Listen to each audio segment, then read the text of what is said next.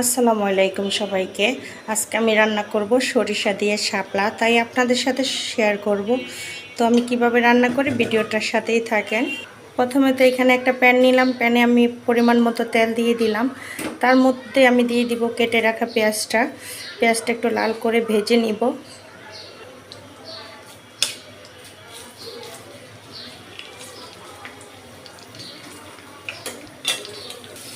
পেঁয়াজটা লাল করে ভাজা শেষ, এর মধ্যে দিয়ে দিব আমি এখানে রসুন আর পেঁয়াজ আমি বেটে রেখে দিয়েছি, তাই একটু পরিমাণ মতো দিয়ে দিলাম। তাও একটু কিছুক্ষণ ভেজে নিব, কাঁচা গন্ধটা যেহেতু চলে যায় তার জন্য। কিছুক্ষণ ভাজার পরে এখানে দিয়ে দিব এখন লবণ, হলুদ, মরিচ আর সামান্য জিরা পাউডার দিয়ে একটু পানি দিয়ে দিব। এটা কিছুক্ষণ কষিয়ে নিব। মশলাটা কিছুক্ষণ কষানোর পরে দিয়ে দিব কয়েকটা কাঁচামরিচ,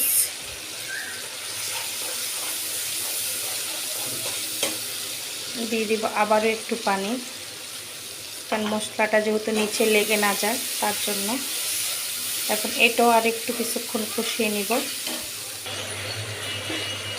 এখন এই পর্যায়ে দিয়ে দিব আমি বেটে রাখা সাদা সরিষা বাটা, বাটিটা ধুয়েও আর একটু পানি দিয়ে দিলাম।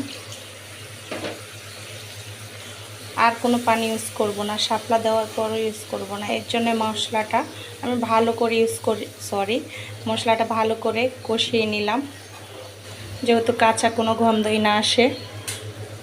একটু ভালো করে ফুটে আসুক, তারপরে শাপলাটা দিয়ে দিব। এখন এই পর্যায়ে আমি দিয়ে দিব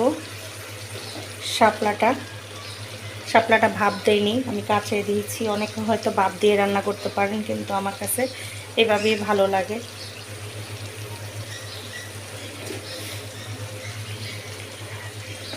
আমার বাবার বাড়ির এলাকায় কিন্তু শাপলা নাই, কিন্তু আমি আমার শ্বশুর এলাকা যখন আসি তখন শাপলা খাওয়ার পরে শাপলাটা আমার এত ভালো লাগে। আর বিশেষ করে আমার শাশুড়ি মা যখন রান্না করে, মানে আমার শাশুড়ির হাতের শাপলা রান্নাটা এত মজা, উনি যেভাবে রান্না করুক না কেন এতটাই ভালো লাগে যা বলার বাহিরে। এখন আমি কোনো নাড়াচাড়া তেমন দিব না, কারণ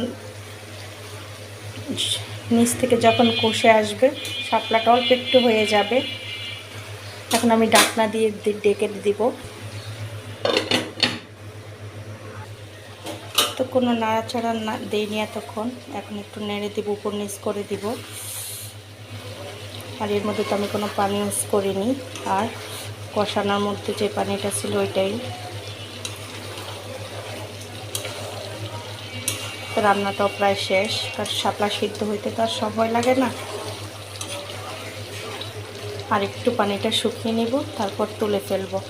আর ভাপ দিলে কি হতো, এই শাপলাটা একদম নরম হয়ে যেত, তার জন্য আর আমি ভাপ দিই না।